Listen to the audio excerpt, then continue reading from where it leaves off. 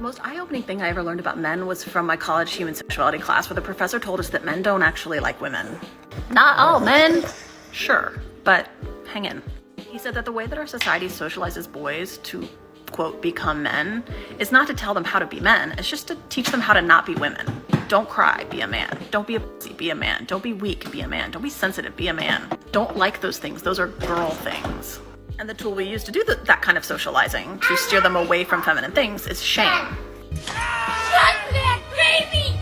If there's one grift that's been plaguing the Western world for generations, it's college. An institution that teaches virtually nothing of value and charges you a king's ransom for the opportunity. And after 4 years, you're handed a piece of paper that says you're ready to enter the world, find gainful employment, and pay taxes into a system that brainwashes the next generation into thinking that gender studies is somehow worth the 120 grand it requires in order to graduate. Just think about the idiocy of your statement, woman.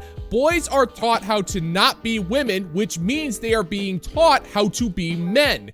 Now, in your eyes, men are supposed to be strong, confident, and stoic, but at the same time, also submit to your will and allow you to lead everything. And that's literally impossible. And you just can't go your whole life being told that the worst thing you could do is be like a woman and expect to actually like women at the end of that. But they are also taught that their sexual attractiveness to women and their ability to get women is a status symbol in front of other men. So they will sexually pursue women, but they don't actually like them as people. This is how patriarchal masculinity socializes men, and why shame, violence, and disgust are so intricately linked. You know what? I respect women. I love women. I respect them so much that I completely stay away from them. Lady, the reason why men who score with a lot of chicks are considered a status symbol is because it's a sign of virility. Women choose the men who get to take them into the bedroom. And if there's a man who's been with a lot of women, that means multiple women have found him desirable, which means he has something that they want. That is not patriarchy. It's your desire to find the best possible mate. That's why Chad's masculinity is seldom ever toxic. Meanwhile, the remaining 95% of men are somehow evil incel shadow agents of the patriarchy. But the thing is that to men who aren't Chad and legitimately want to find a mate, they actually want to find a woman to form a physical and emotional bond, and in order to do that, you're going to need to actually love women as people. But I get it, you're incapable of understanding this fairly simple concept thanks to the fact that you haven't spoken to your baby daddy in months and nobody else wants you. It looks like bitterness is one hell of a drug, isn't it? It is! Do you think if the girl in the relationship starts gaining weight and the guy finds himself unattracted to her, do you think it's okay for the guy to tell the girl, I'm becoming unattracted to you, I hope that you can fix it, or I want you to fix it? So if a guy says, I think you're becoming unattractive because you're getting a little fat, I think that's like a total red flag. Let me ask you another question. If your guy was to lose his job, is that okay? No. That's not okay. You! I will think of you as I throw up into the toilet. It is amazing how modern women can claim that they are the ones who are looking for deep emotional connections with a man, while at the same time also claiming that if that man they're seeing loses his job, then that's grounds for completely destroying the relationship. But if a man loses physical attraction to a woman because she let herself go after sinking her claws into that man, then all of a sudden, that's what's going too far. What they refuse to understand is when a woman lets herself go to the point where she gains 60 pounds within the first year of commitment, that shows she has virtually no respect for that man. The weight gain is just a physical manifestation of how she feels about that man. It shows a total disregard for the man's feelings and gives off a real screw you, I got mine kind of vibe. Nobody is saying she needs to keep a supermodel physique at all times, but it's the effort she puts into staying feminine that shows that she cares about how the man feels and shows that she still desires that man. It really is that simple. Alright. These are the two sides where it's like men typically go for girls based on attraction, right? Well, both parties do, but I think men more so are like more physically stimulated, right? But women, what we go for besides physical attraction even more is stability. Liar! Liar! Liar! So if a woman loses her attractiveness, why is it not okay for the man to encourage her to become what he fell in love with? Because if your man lost his job, would we even be having this conversation where it's like, how can I talk to him in a way where I won't hurt his feelings, or we just be like, get a job. Well, I feel like that really affects your life, like your whole like finances, everything. Most couples break up because of financial reasons. You can be rich in friends or family or love, but the only thing that matters is being rich in money. Right, so in other words, you'll leave the man the second he can't afford the lifestyle you think you deserve. Woman, you're trying to paint yourself as this emotionally deep being, but that's only because you think that 1.5 feet constitutes as deep. Modern women love to say how they will stay loyal to their man with such a ferocity that it could tame a bear. They'll also say that women are the key to a man's success, but the very second things get a little tough, she will immediately see that man as weak, and unless that woman is someone incredibly special, she's not going to stick around to help him as he builds himself back up. But she will definitely make herself available afterwards and take credit for the rebuilding process if given the opportunity, which is a fairly scummy thing to do. But telling a woman to stop cramming snack cakes down her gullet is somehow crossing the line. I would tell this broad to look up the word hypocrite in the dictionary, but something tells me she'd just assume it was a feminine hygiene spray. But also a lot of couples break up because of cheating as well, and cheating definitely happens because of a lot of reasons, but I would think the main reason why couples cheat or men cheat is because either they're not getting sex from their wives or because they're not attracted to their wives anymore. Yeah, but I feel like he should phrase it in a healthy way so he doesn't like piss her off. Okay, so he can say it, but he has to frame it in a way that's like not going to be embarrassing to her, right?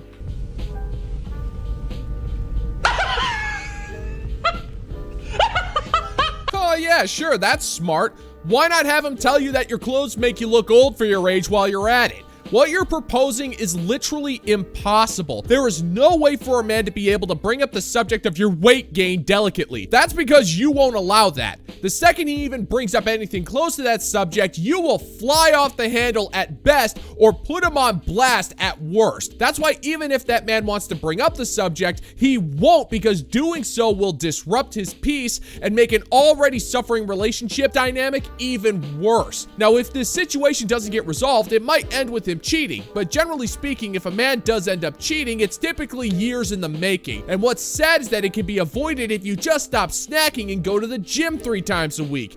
But I understand, if you did that, you wouldn't have time to shame your man for not making enough money. So I guess you gotta have your priorities. Good luck.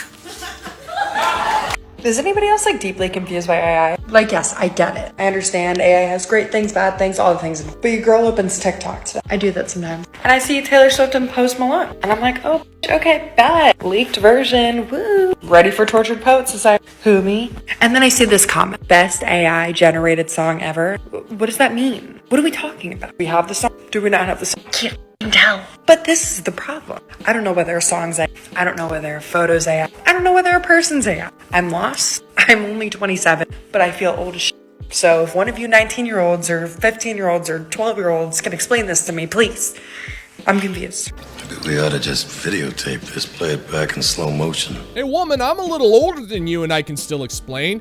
Artificial intelligence is the harbinger of doom for our society. It has become so smart that it can create damn near anything. If you want to hear Hank Williams sing a country rendition of Straight Outta Compton, you can do that. If you want a screenplay with starring Chris Farley and Fatty Arbuckle going on a road trip, that is totally doable. And don't even get me started on the destruction of modern relationships thanks to the coup de grace known as AI girlfriends. And odds are, AI will most likely grow sentient and gain control of our infrastructure and destroy humanity in a wave of nuclear hellfire. Humans will probably rise up to regain control of the shattered remains of this planet in what can only be described as a planet-wide reenactment of Terminator 2, except in this case, Skynet will just be a digitized mind of Klaus Schwab and Bill Gates. We're just going to ignore that little tidbit and marvel at the wonder that is pop duets sung by a computer-generated Taylor Swift and Post Malone. And at this point, humanity probably deserves to be eradicated.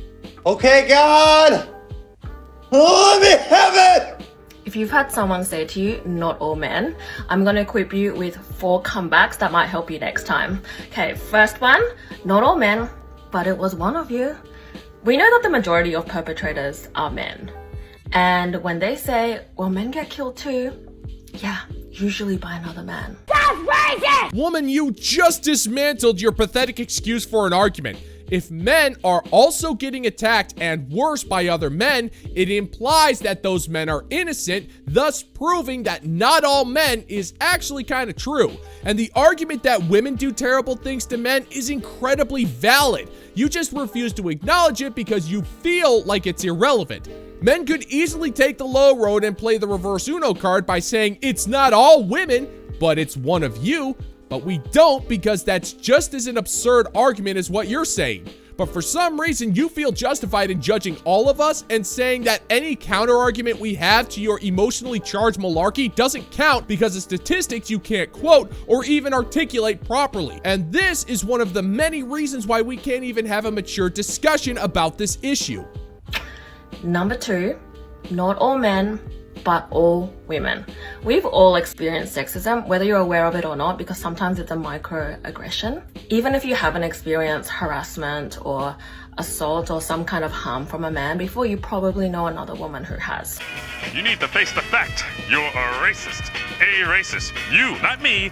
I'm not the racist. I hate to break it to you, sister, but saying that men don't experience sexism is a profoundly sexist thing to say. Most of us do face sexism every day. We're constantly being lectured about how we're not real men for arbitrary reasons. We're also lectured about how we're violent cavemen who have no emotions. We're called stupid, useless, toxic, and controlling. We're judged if we don't have perfect physiques, and we're also judged if you don't think we're strong enough. You make fun of our bedroom lives, or lack thereof. You can invade our personal spaces, record videos of us without our consent, and make fun of us online without any form of repercussion. And to add insult to injury, you could walk up to any man you want and touch him anywhere on his body without his consent, and society will blame the man if he reacts negatively. And to make things even worse, you have the nerve to gatekeep sexism by saying it's impossible for men to experience this. But I guess because we're not being catcalled, we're not allowed to say anything, right? Well,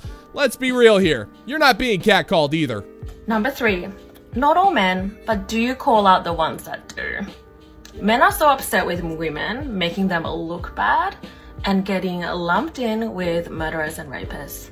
How about you take it up with them, the ones actually doing the bad thing? That is without a doubt the dumbest thing I've ever heard. What are you saying here, woman? In what scenario is what you're saying making any sense? In order for your statement to hold even the slightest amount of weight, that means a majority of men actively know someone who has either violently assaulted a woman or has actively participated in covering up the crime. Either that or we personally know these men but refuse to report them to the authorities because of the bro code. And even if that was true, which it most certainly is not, what would you expect us to do? Tell them to stop being criminals in a sternly worded letter? Give an impassioned speech about how violence is bad? Or should we just risk our safety and our freedom by becoming vigilantes? You see the problem here? Well, probably not. You think you're smart, but I feel like if I were to jump out of a perfectly good airplane without a parachute over an active volcano while taking fire from laser hawks, that would still make more sense than what you're proposing. And number 4, not all men, but definitely this guy. The internet is full of examples of vlogs, so take your pick.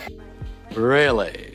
Lady, you are in no position to make any form of argument when it comes to this stuff because number 4 is literally your first argument. It's just with a photo of a guy. Now, if I wanted to do the same thing, I could find countless examples of women who have done horrendous things to men on the internet. False claims, mutilations, intentional deletion, the list goes on and on.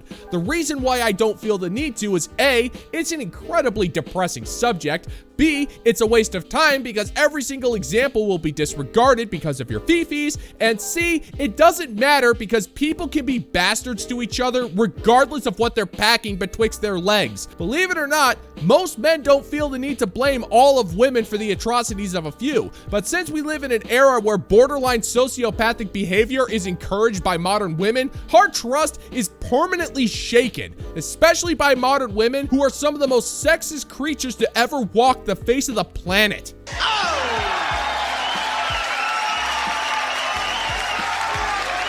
And before signing off on today's video, I wanted to give a quick shout out to everyone's favorite red pill gorilla, Insolent Audits.